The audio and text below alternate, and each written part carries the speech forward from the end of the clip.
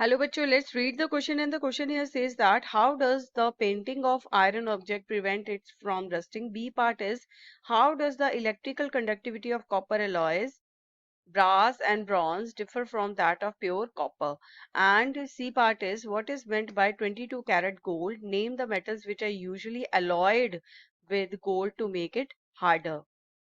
So first we have to tell what is the key concept for this question is to know about the methods to prevent rusting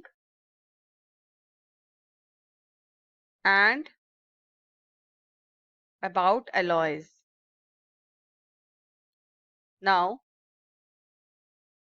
अब इस question में जो ए part है उसमें बोला गया है कि हम आयरन ऑब्जेक्ट की पेंटिंग करते हैं. सो पेंट्स बेसिकली क्या करते हैं?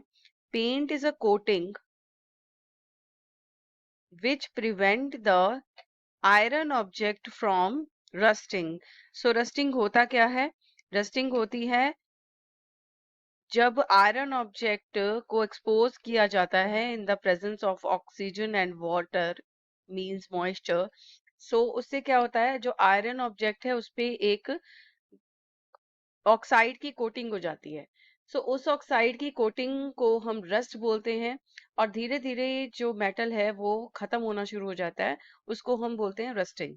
सो कोटिंग जो है, पेंट की जो कोटिंग होती है, ये प्रिवेंट करती है the iron object from oxygen and moisture from the atmosphere to come in contact with the iron object. And part B of this question is जिसमें पूछा गया है कि इलेक्ट्रिकल कंडक्टिविटी बताइए copper alloys, brass and bronze की. तो जो electrical conductivity है इन अलॉयज की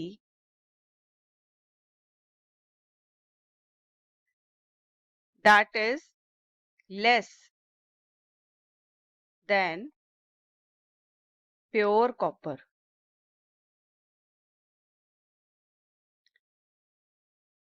Part C is what is meant by 22 karat gold. So 22 karat जो है that means 22 जो parts हैं of pure gold is alloyed with 2 parts